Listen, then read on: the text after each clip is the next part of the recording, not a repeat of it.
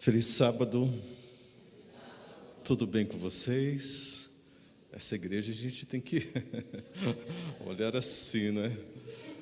Que bacana, gente, eu estou muito contente, meu coração está assim pulsando de alegria. Temos muitas coisas relevantes para compartilhar e eu tenho certeza que será uma experiência maravilhosa, maravilhosa. Eu recebi no meu consultório uma senhora e ela me disse: eu sou budista. Eu disse: legal. A senhora sabe que eu sou cristão? Ela disse: sei. Falei: ok. Ok, obrigado. E ela chegou com uma queixa de uma psicossomatização. Durante o dia, em várias ocasiões, uma tontura, algumas vertigens, estava tirando a qualidade de vida dela. Passou em tudo quanto é médico no Brasil, e todos disseram, depois de muitos exames: seu problema é emocional, é psicológico. Ela passou por alguns psicólogos e ela não conseguia resolver o problema. E quando ela se aproximou, quando ela chegou no meu consultório, ela disse: eu estou aqui porque foi recomendada e eu sei que aqui encontrarei uma solução. Eu disse: ótimo. Então nós vamos fazer o seguinte: todas as minhas sessões eu começo orando ao Espírito Santo para que nos entregue a Cristo Jesus e termino assim, tudo bem? Ela disse: tudo bem. Em 2 meses ela já estava curada. E ela me disse: eu gostei demais desse negócio da gente orar. E orar a Jesus, não é? Sim. Eu estou tão contente. Não sinto mais aqueles sintomas que estavam me deprimindo e tirando a minha qualidade de vida. Eu disse para ela: viu como Jesus resolve o que ninguém consegue resolver? Ela disse: sim, estou certa disso. Jesus resolveu o meu problema e eu vou continuar com Ele. Jesus resolve.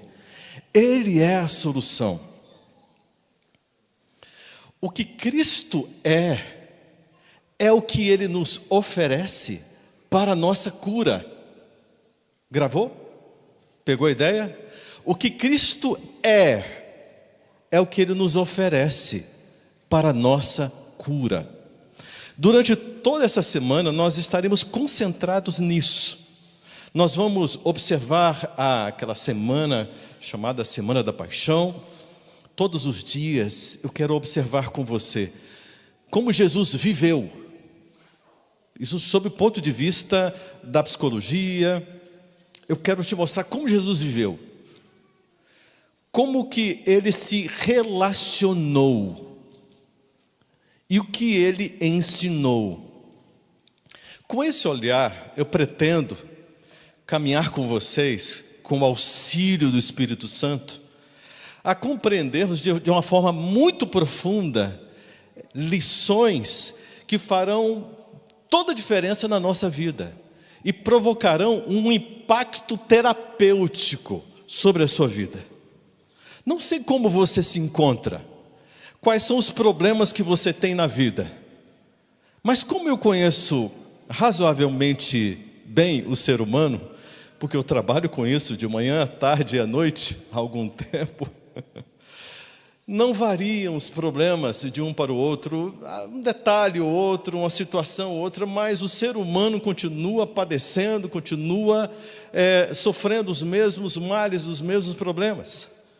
Eu fui levado numa grande rede de TV, lá da Angola, e eu fui entrevistado ao vivo por uma apresentadora extremamente famosa, num programa diário, ali na rede principal de TV da Angola. E eu estava ali, porque eu estaria fazendo uma série de conferências na Igreja Central de Luanda, a nossa igreja lá, e eles me levaram porque eu falaria sobre coisas espirituais e sobre emoções, sentimentos. E essa apresentadora olhou para mim e disse assim: e o que você conhece do nosso país e do nosso povo para estar aqui falando sobre essas coisas? E eu olhei para ela e disse o seguinte: eu conheço o ser humano. E o ser humano é essencialmente o mesmo. Na Argentina, na Alemanha, no Brasil, na Angola, o ser humano tem as mesmas necessidades, tem as mesmas dores, tem os mesmos sofrimentos, tem as mesmas angústias. E eu conheço quem pode suprir todas essas necessidades e verdadeiramente satisfazer a alma humana. Ela ficou surpresa quando olhava para mim e eu percebi os olhos dela marejando. Começou a correr uma lágrima, isso ao vivo. E ela virou assim, disfarçou e tal, fez assim, voltou, tentou se recobrar, ela quase que perdeu o rumo. Porque o ser humano sente as mesmas dores, tem as mesmas angústias. E eu estava diante de alguém que não era diferente de ninguém. Nós temos as nossas demandas. Não é fácil. É uma luta muito grande. É por isso que essa semana nós vamos olhar para Jesus de uma forma muito diferente. Prepare-se. Um olhar um tanto quanto diferenciado.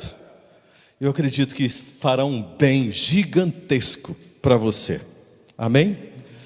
Vamos aqui, o perfil psicológico de Jesus. Eu quero convidar você aqui para a palavra de Deus, Efésios. Vamos começar com o capítulo 5 ali. Antes do 18, eu quero ler para você, ou com você, aqui o 14. O 14, ele é a essência, a alma de tudo aquilo que nós vamos trabalhar durante essa semana, tá bom? Efésios 5, você está com a sua Bíblia aí, com a palavra de Deus, ou com o celular, não importa, sendo a palavra de Deus aí, está tudo certo, ok? Tudo bem? Vamos fazer mais uma oração?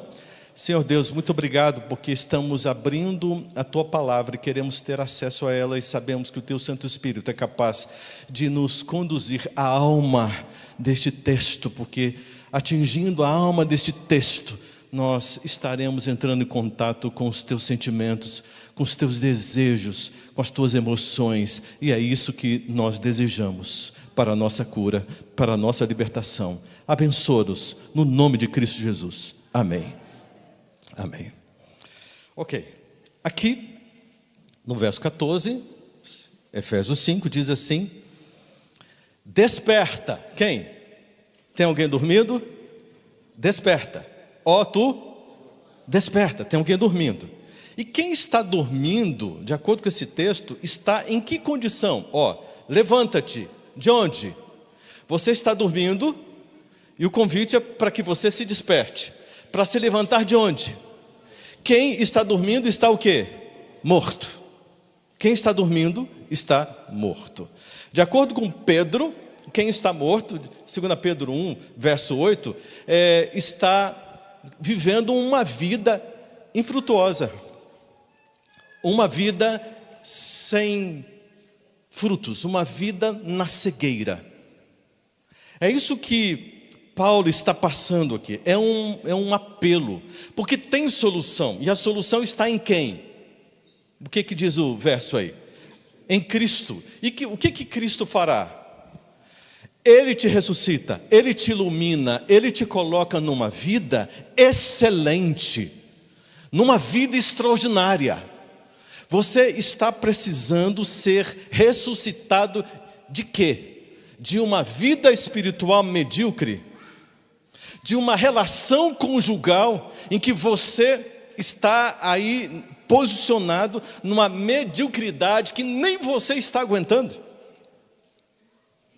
Vida leva eu, e você está empurrando esta relação com a barriga, como diz um ditado bem brasileiro, né? Você é filho, está numa relação com seus pais praticamente morta, uma relação doentia. Você está vivendo uma experiência de uma família disfuncional. Antes de chegar a esta igreja, você já brigou, já discutiu, já se indispôs e pensou algumas vezes: será que eu vou mesmo? Eu acho que eu nem vou, porque nem estou com vontade mais de ir para a igreja. Eu acho que eu vou ficar aqui. Talvez até alguma esposa tenha feito esta atitude e tenha realmente ficado.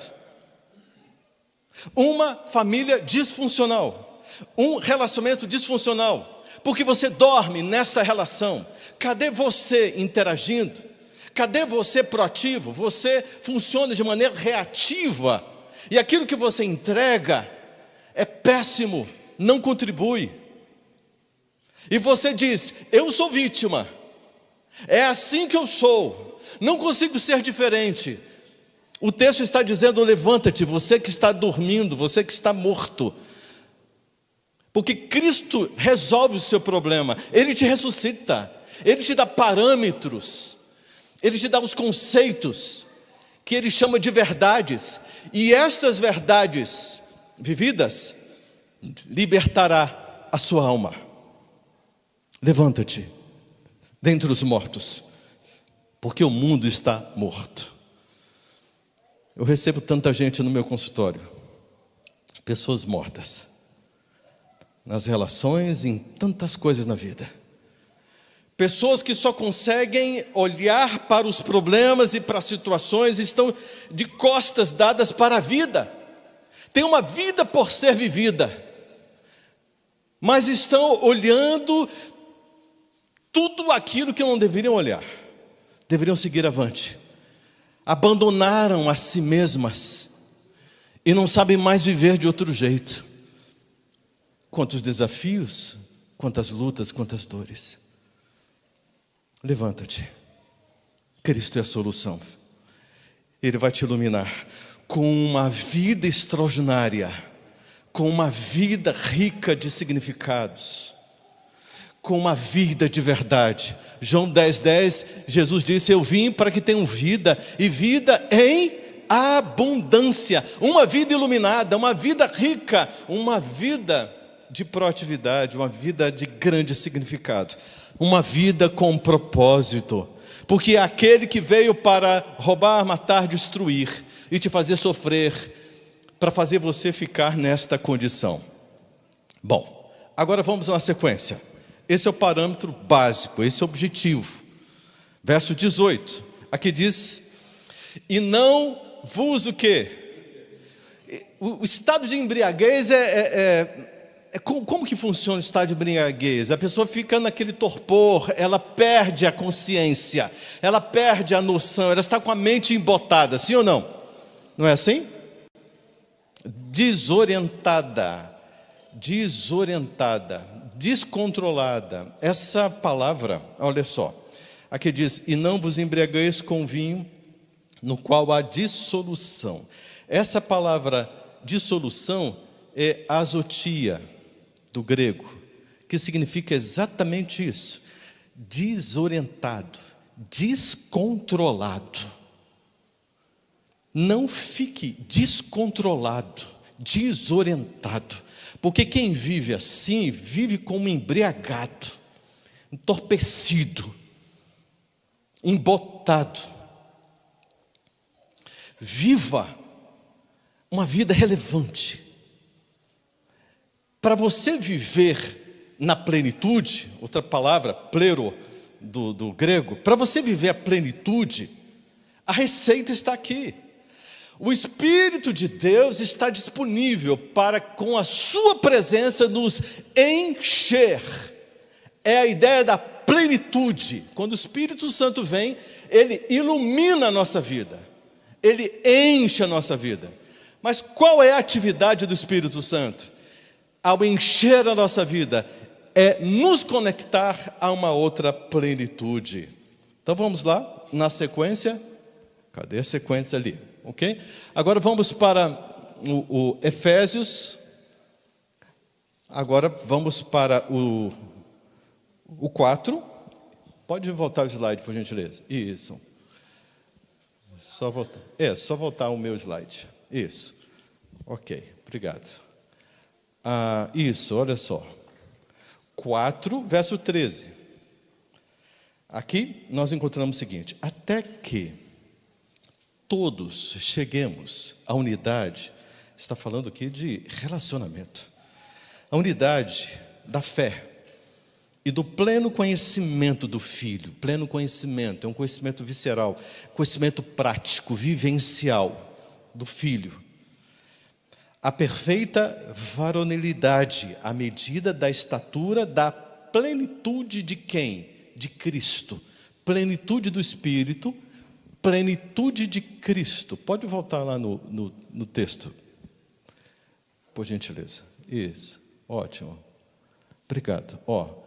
Agora o 1, verso 23. 1, verso 23. Aqui diz, olha só. O qual é o seu corpo, o quê? A plenitude daquele que a tudo enche em todas as coisas. Essa é a plenitude de Cristo. Ele enche em todas as áreas da nossa vida. Ele enche, Ele nos completa.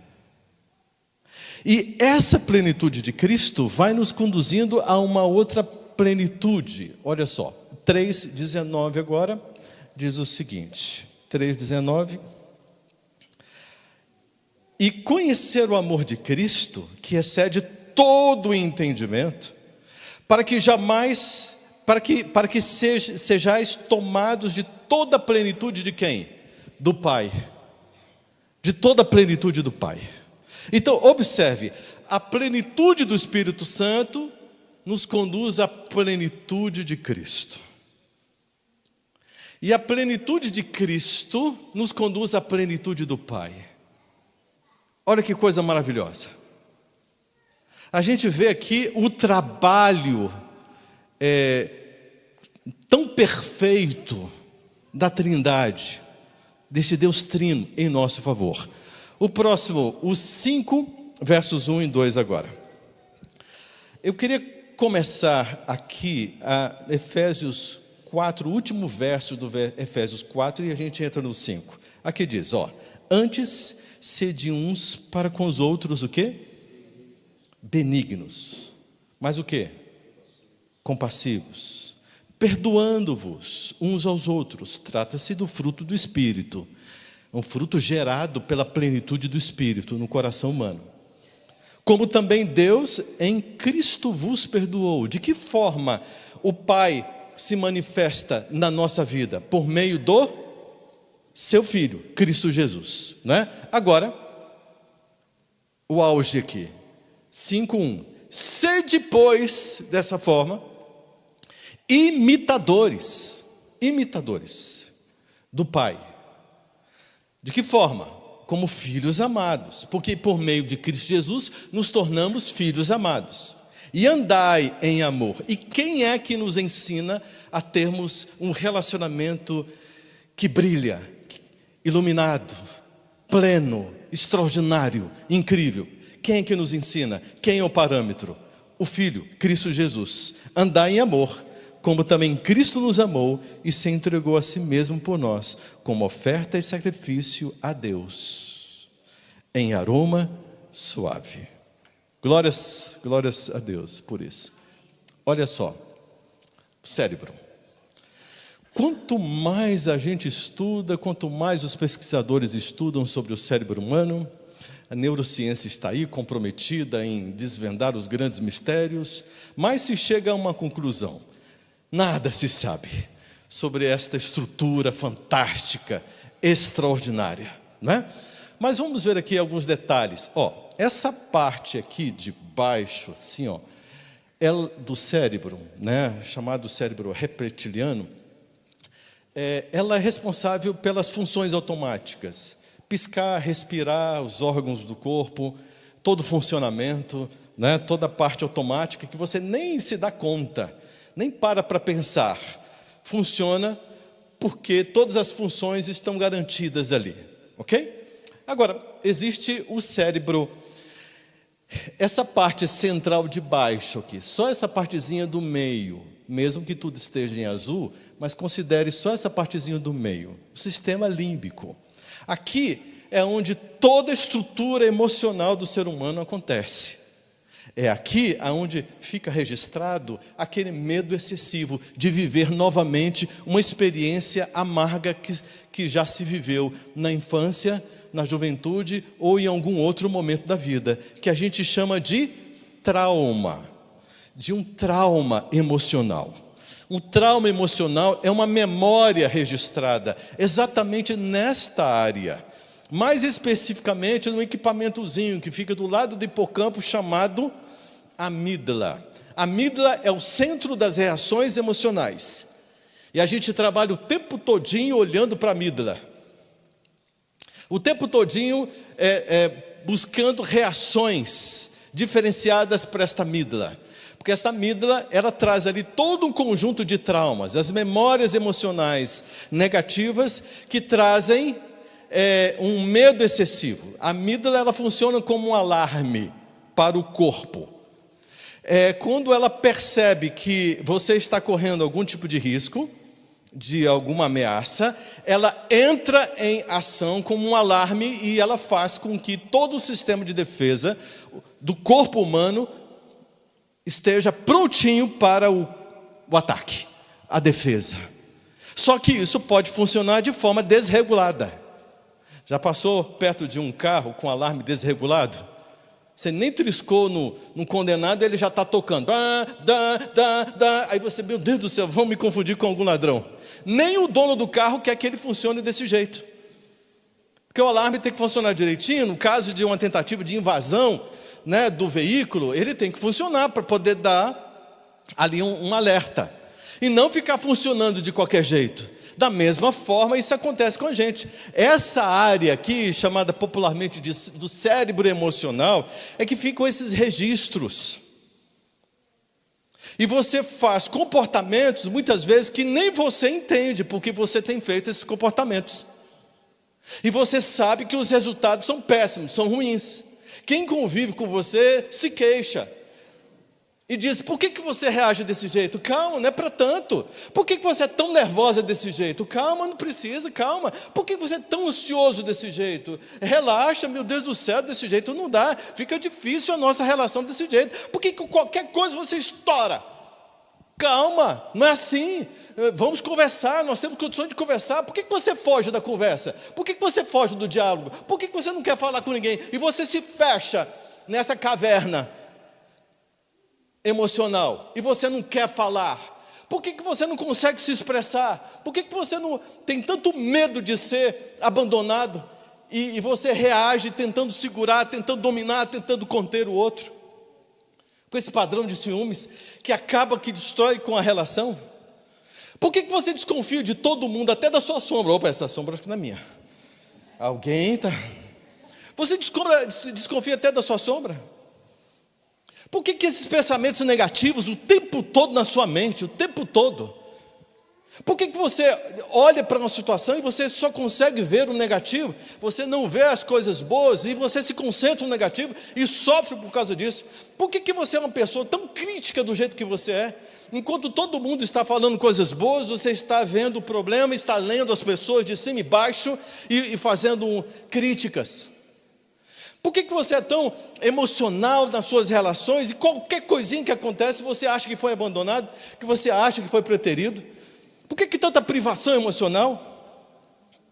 Por que essa defectividade de vergonha que você sente, que você não consegue se assumir, não consegue se posicionar, está sempre pelos cantos e com vergonha e não consegue? Isso te traz um grande sofrimento.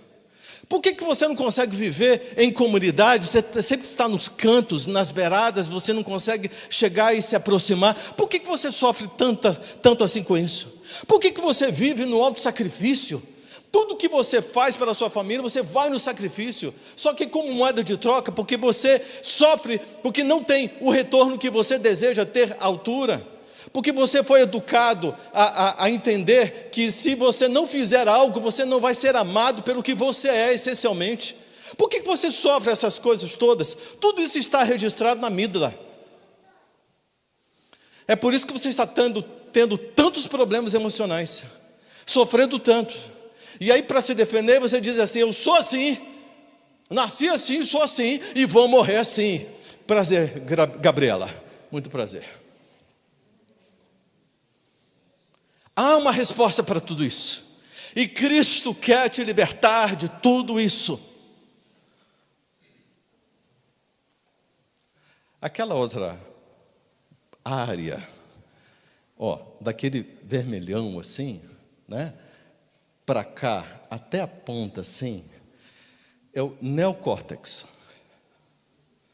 Mas isso que está pintado com uma cor diferente, né, esse vermelhão que fica na fronte, essa estrutura aqui, é a sede do comando das emoções. É a sede. Aqui que você usa para julgar, avaliar, analisar, escolher, decidir. Aqui que você faz o cruzamento de dados, informações, é que você se direciona. É aqui onde se expressa a sabedoria, a inteligência aplicada. Ellen White diz que o único veículo pelo qual Deus entra em contato com o ser humano é o lobo frontal. Esse é o lobo frontal, a sede do comando. A sede do comando. Precisa estar não embriagado, embotado. Precisa estar desperto, ligado. Porque a plenitude do Espírito Santo quer fazer isso. Para levar o lobo frontal a um fenômeno da hipertrofia que vai crescendo. As disciplinas espirituais provocam hipertrofia. Os estudos mostram que durante a oração, a meditação da palavra de Deus, há uma irrigação maior e uma expansão. A neuroplasticidade explica isso. Há uma expansão. Mas o inverso, a atrofia, acontece quando você está levando um ritmo de vida e buscando ou fugindo da lucidez. Da lucidez. Quando a gente fala em lucidez, a gente imagina que as pessoas vão dizer: uau, lucidez, é isso que eu preciso. Mas se tem uma coisa que o ser humano hoje em dia foge, é da lucidez. Eu não quero lucidez. Eu quero qualquer coisa que me faça relaxar. Eu quero qualquer coisa que me faça fugir desta realidade. Eu não quero pensar sobre essas coisas, me faz sofrer. Esse cérebro está sequestrado pelo sistema de defesa, pelo cérebro emocional, e ele está funcionando basicamente pelo cérebro emocional. Cadê a razão? Cadê o lobo frontal? Está numa atrofia. Bom, o cérebro de Jesus. Jesus tinha outro cérebro diferente desse ou não? Não? É o mesmo cérebro? É o mesmo cérebro. Mesmo cérebro. Tá. O inimigo de Deus tentou atacar aonde? Ele tentou traumatizar, ele tentou registrar, levar Jesus a experiências de medo, e que pudessem ficar registradas ali naquela área do hipocampo, ali na amígdala, sistema límbico, cérebro emocional. Porque introduzindo um trauma em Jesus, esse cérebro começaria a funcionar com base nesse trauma. Eu tenho conversado com muitas pessoas que a vida inteira, que nunca experimentaram uma outra experiência, vivem a vida inteira posicionadas na plataforma do medo. Se casaram por medo de ficarem sozinhas. Tem um trabalho, medo de passar fome. Estuda porque tem medo. Se relaciona com as pessoas porque tem medo. Tudo que faz na vida é por medo. Essa é a motivação. E qualquer coisinha, elas entram em pânico.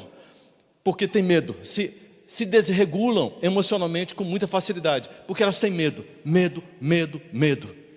O diabo queria colocar o medo em Cristo Jesus. Essa é a estratégia. Vamos levar a Jesus a viver várias experiências relacionais, vamos interferir no estilo de vida de Jesus, vamos tentar fazer de tudo para desorientar esse cidadão e embriagar e subutilizar a área do lobo frontal. É isso que nós devemos fazer.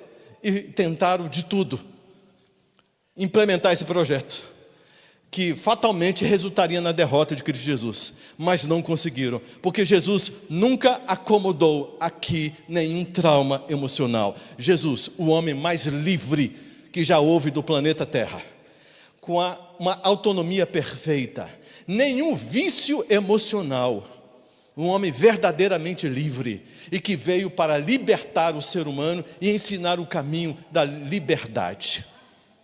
Cristo Jesus, o tempo todo na lucidez, o tempo todo lúcido, o tempo todo observando, atento, o tempo todo interpretando, o tempo todo sendo dirigido pela razão.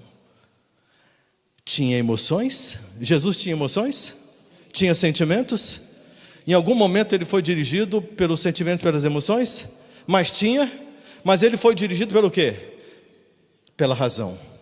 A razão, lucidez, o tempo todo, pela razão. Qual o motivo das principais doenças psiquiátricas de hoje em dia? Pessoas que estão no padrão, né? De uma vida dirigida pela emoção. E a razão, pequenininha, submetida, embriagada. Desperta tu que dormes, e Cristo te iluminará. Essa é a mensagem. Essa é a mensagem. Meu Deus do céu. Vamos aqui. O horário me assusta. Mas não assusta vocês, então estou tranquilo. Maravilha. Também não vou viver pelo medo do horário. É um bom raciocínio. Olha o cérebro de Jesus. 9 setores do sistema executivo cerebral funcionando de uma maneira fantástica. 9 setores funcionando ao mesmo tempo. O primeiro setor, sistema inibitório, entre o desejo e a prática, ao moderador, possuído de valores e princípios, para dizer, não, isso não é bom. Isso não é legal, não vou fazer isso. Eu tenho trabalhado muito com homens viciados em pornografia. Eu faço um trabalho muito forte com homens viciados em pornografia e um trabalho também com mulheres viciadas em pornografia. Entre a vontade e a execução, não existe um sistema inibitório ativo. É um cérebro que dorme. Sistema inibitório, não tem. Sentiu o desejo, eu fiz. Por que você fez isso? Porque eu quis. Mas por que você praticou isso? Porque eu estava afim. Você não parou para pensar? Não parei para pensar não. Eu fiz porque eu estava afim, pronto, acabou. Mas a sua esposa e os seus filhos, você não pensou neles? Não, pensei. Foi na hora e eu estava afim, pronto, acabou. Mas olha a sua esposa, você está deixando a sua esposa para praticar isso. Ah, mas eu quero, eu preciso. Cadê o sistema inibitório? Jesus tinha um sistema inibitório vigoroso, em pleno funcionamento, fazendo um juízo, uma triagem, um julgamento, uma avaliação, uma análise e contendo as emoções, para que as emoções não sobrepujassem a razão. Jesus tinha a memória de trabalho, Jesus nunca perdeu o rumo da coisa, Jesus nunca parou e disse assim, onde é que é mesmo que a gente estava indo, eu esqueci, onde é que vai, a gente vai para Nazaré, a gente vai para voltar para onde é que é mesmo e tal. Ele nunca perdia a sequência, ele tinha tudo muito bem estruturado na sua mente, ele nunca perdeu. Jesus tinha uma flexibilidade cognitiva extraordinária. Jesus nunca se desregulou emocionalmente porque uma coisa não saiu do jeitinho que ele queria. Você conhece alguém assim? Que perde a cabeça porque as coisas não aconteceram do jeito que ele queria? E que dá show, dá piti e tudo, enfim? E fica nervoso, fica bravo, bate as coisas, bate a porta da casa, chuta as panelas da cozinha, e é um barulho danado, porque o negócio saiu do jeito diferente. Ela queria uma coisa e o marido fez outra. Um dia desses eu entrei numa confusão de um casal, e os dois estavam realmente muito bravos e me puseram diante do outro. Ela disse: eu quero divórcio. E ele disse: meu Deus do céu, segura essa mulher, eu não quero me divorciar dela. Mas qual foi o problema, minha senhora? O problema é o seguinte: eu pedi para ele, isso lá no Brasil, para comprar o último lançamento da BMW, e ele comprou o último lançamento da Mercedes, sempre fazendo do jeito que ele quer. Eu não vou suportar isso. Eu disse: o problema já está resolvido agora. A Mercedes fica para mim, e ele vai comprar essa BMW para a senhora. Está tudo certo? Aí quem não aceitou foi ele. Aí eu fiquei assim: puxa vida, eu achei que essa sessão ia ser extraordinária, mas até que não foi. Ufa. Entende? Olha só. Flexibilidade cognitiva. Não, irmãos, a gente não deu para ser desse jeito, a gente remodela e a gente faz de outro jeito, tranquilo. Não é? Vamos manter sempre aqui a essência da coisa, o princípio da coisa, mas vamos mudar os métodos, sem problema. Ninguém vai perder a cabeça por causa disso. Mas eu queria ter feito isso na igreja e não deixaram fazer. Isso é perseguição contra mim. Jesus tinha flexibilidade cognitiva. Ele tinha um parâmetro todo, nunca perdeu o fio da meada, mas tinha flexibilidade cognitiva. Ele tinha uma capacidade de planejamento e fazia isso com o Espírito de Deus a cada manhã. Um planejamento. E ele nunca se perdeu. Jesus tinha o sistema aqui da tomada de decisões, critérios, dados, informações. Eu tenho encontrado pessoas que dizem: eu sou muito inseguro, eu não consigo tomar decisões, o que eu faço? O que eu faço? Meu Deus do céu, eu fico tão apavorado diante de decisões, e eu amarro, seguro, o que eu faço para me tornar uma pessoa mais decidida? Jesus tinha metas claras, ele tinha os seus objetivos e percorria, ele curtia todo o processo. Jesus era perfeito, mas ele não era perfeccionista. Eu atendi uma senhora aqui no Brasil, que house clean, aqui nos Estados Unidos, house clean, passa 2 horas no banheiro, para fazer o banheiro, a limpeza. Ela não está conseguindo trabalhar no ramo, nesse segmento. Não está conseguindo. Um banheiro, 2 horas e pouco. Ela não consegue sair do banheiro se não tiver de acordo com a exigência, a altíssima exigência que ela impõe sobre si mesma. Isso não é perfeição, isso é perfeccionismo. É um adoecimento. Parece ser lindo, maravilhoso, tal pessoa, tudo que faz é muito caprichado, mas isso é uma doença. Jesus não era perfeccionista. Jesus tinha uma capacidade de antecipar as coisas, de observar os cenários. Ele era preventivo, ele analisava tudo, mas não entrava em ansiedade. Ansiedade, meu Deus do céu, o que vai ser? O que vai ser? Ai, meu Deus do céu, eu estou preocupado. Não, nunca ninguém viu Jesus assim.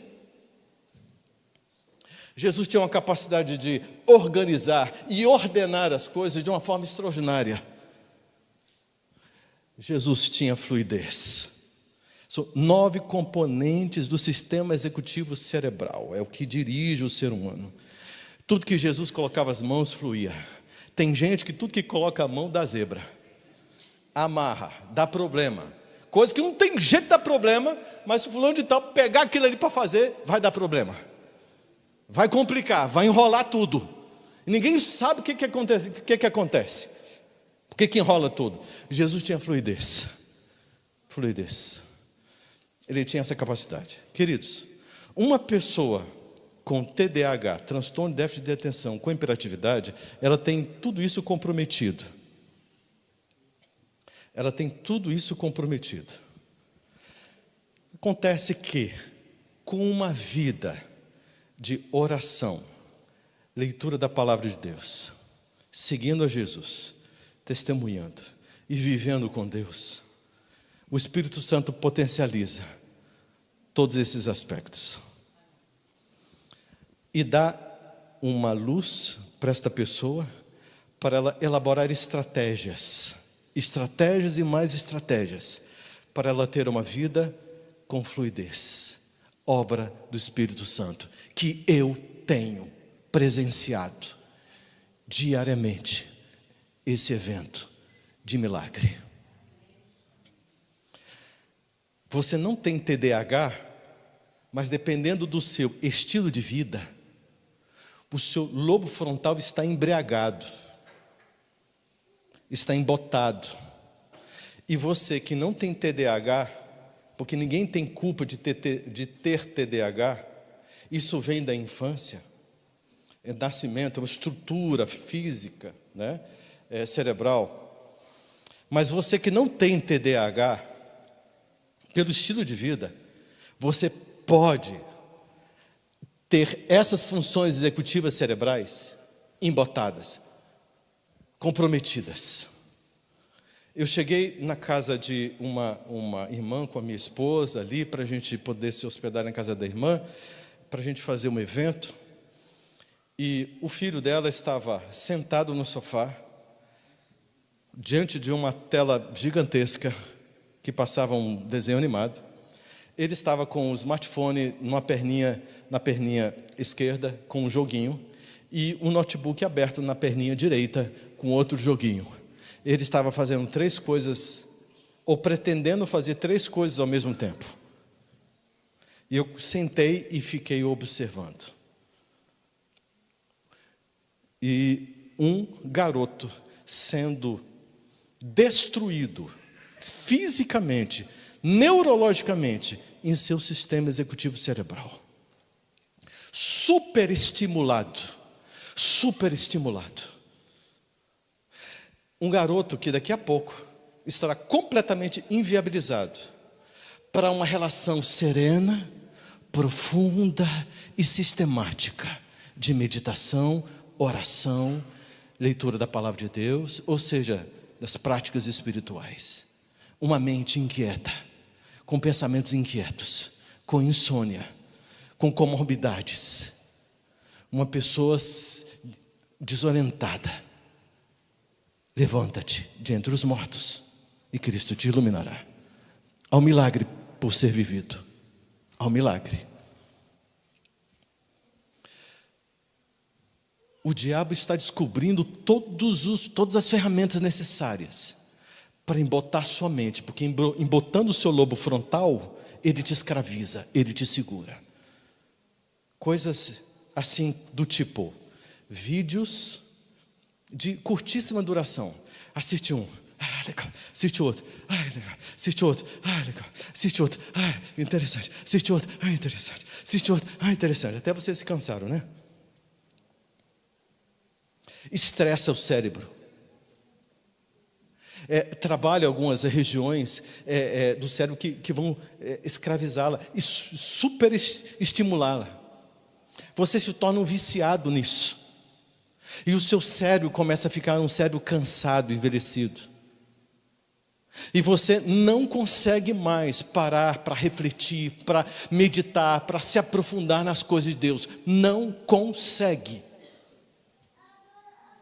Isso que nós estamos vendo agora de manhã é um milagre. Você até agora não pegou o seu smartphone para olhar outras coisas. Isso é um milagre.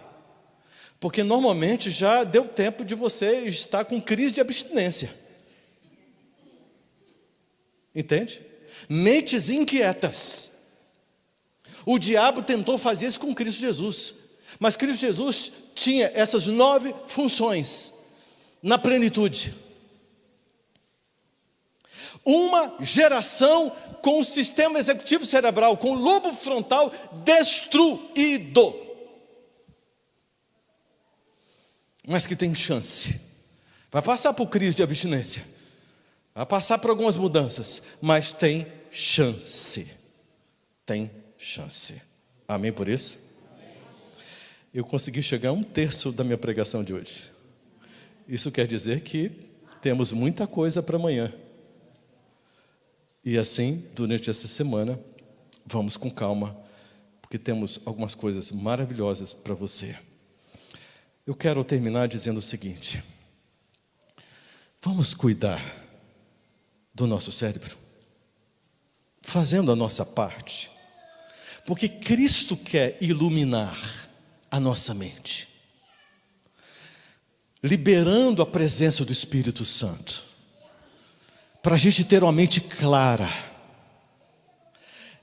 Os pecados que você sempre cai, os vícios que você sempre tem, porque nós temos uma natureza transtornada. Você quer ver aqui? Rapidinho, só para a gente terminar. Gálatas 5, a partir do verso 19, aqui as propensões da carne. Olha só aqui, rapidinho. Prostituição, impureza, lascívia, transtornos de quê? Sexuais, né? Na sequência, idolatria, feitiçaria, transtornos espirituais. Inimizades, porfias, ciúmes, iras, discórdias, dissensões, facções, invejas, transtornos de personalidade. Olha só, bebedices, glutonarias, transtornos alimentares. É uma natureza transtornada, dominada. Essa é a propensão natural das coisas. Agora, quando a gente... queria só voltar aqui o último. Isso, ok, maravilha. Quando a gente para entender a proposta de Cristo, a proposta terapêutica de Cristo Jesus, a gente tem que tomar decisões. Aqui está o nosso cérebro. O diabo quer transtornar a nossa mente. Já existe um registro aqui de uma natureza, e esse registro encontra-se na área emocional ali, na estrutura emocional. Existe um registro de uma natureza que é terrível, é transtornada. Mas o Espírito Santo quer trabalhar ali no lobo frontal, iluminando a nossa mente com a presença de Cristo, com o caráter de Cristo, com todas as atribuições e atributos de Cristo Jesus, para fortalecer esta estrutura. E essa estrutura sendo fortalecida, fazendo uma hipertrofia, uma expansão do lobo frontal, você já não vai cair mais nesse pecado que tão recorrentemente, quem sabe, você tem vivido. E já tenha pensado, não tem jeito, eu não consigo. Deus vai me aceitar sim, que eu não consigo. Vou pela graça, eu não consigo. Consegue. Não do jeito que você quer, mas do jeito de Cristo. A estratégia de Deus, para te iluminar, para te libertar, para te salvar, te empoderar com a presença do Espírito. É assim que precisa ser. A mente de Cristo, extraordinária, mas Ele tomou conta dela, Ele cuidou dela. Uma mente que se dá constantemente a séries, às novelas, esses filmes por aí, ela fica dominada, ela é amortecida. E depois você quer que este cérebro tenha força para submeter a estrutura emocional, para ter uma vida brilhante? Não consegue. Há um apelo. O nosso cérebro foge desse apelo. Mas se tão somente nós, no exercício do nosso livre-arbítrio, nós dissermos: Cristo, eu estou aqui, Mortinho da Silva. Desculpa quem é Silva aí. Mortinho. mas eu quero que Cristo Jesus me ilumine. Eu quero receber o Espírito Santo. Eu quero ter a estrutura de Cristo, a mente de Cristo. Nós podemos ter e devemos ter a mente de Cristo Jesus. Está disponível para você. Pare de sofrer. Pare de se angustiar. Pare com esta baixa autoestima.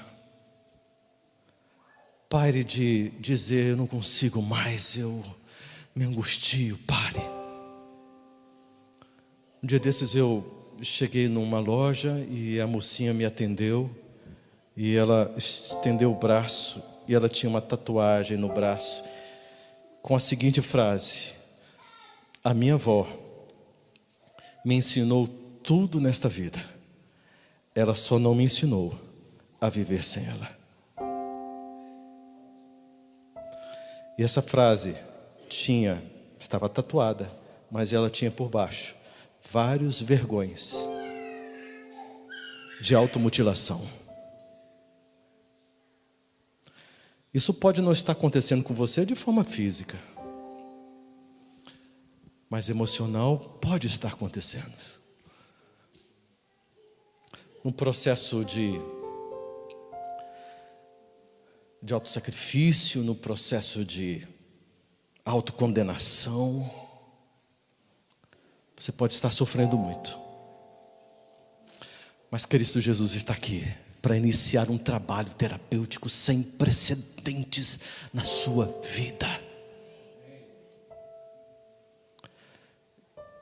Eu não deixei o meu trabalho e muitos dos meus atendimentos, e você sabe que economicamente isso não é nada interessante. Eu estou aqui e é só prejuízo do ponto de vista financeiro. Mas eu não estou nem aí para essa coisa financeira, porque a minha vida não é feita disso. Eu estou aqui por uma missão que Deus me deu, e essa missão é você. Se você não fugir de mim, a gente vai se entender. E eu vou cumprir a minha missão.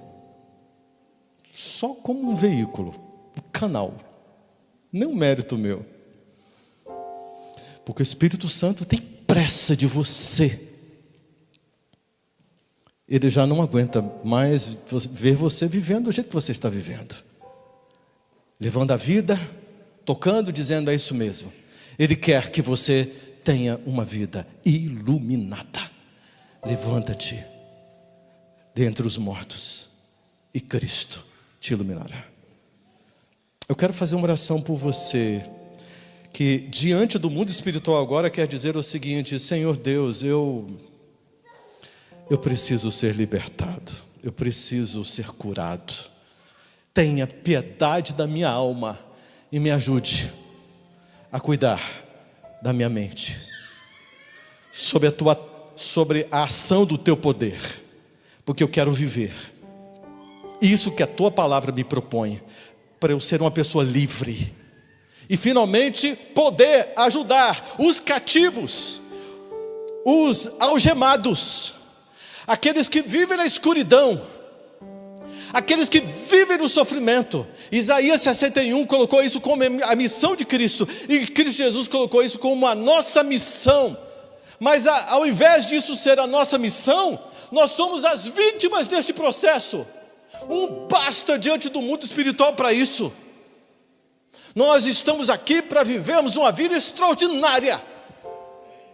Nós é que vamos ajudar as pessoas a serem iluminadas.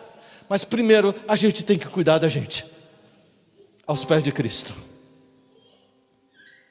Porque senão nós perderemos a mais fantástica experiência que se pode viver.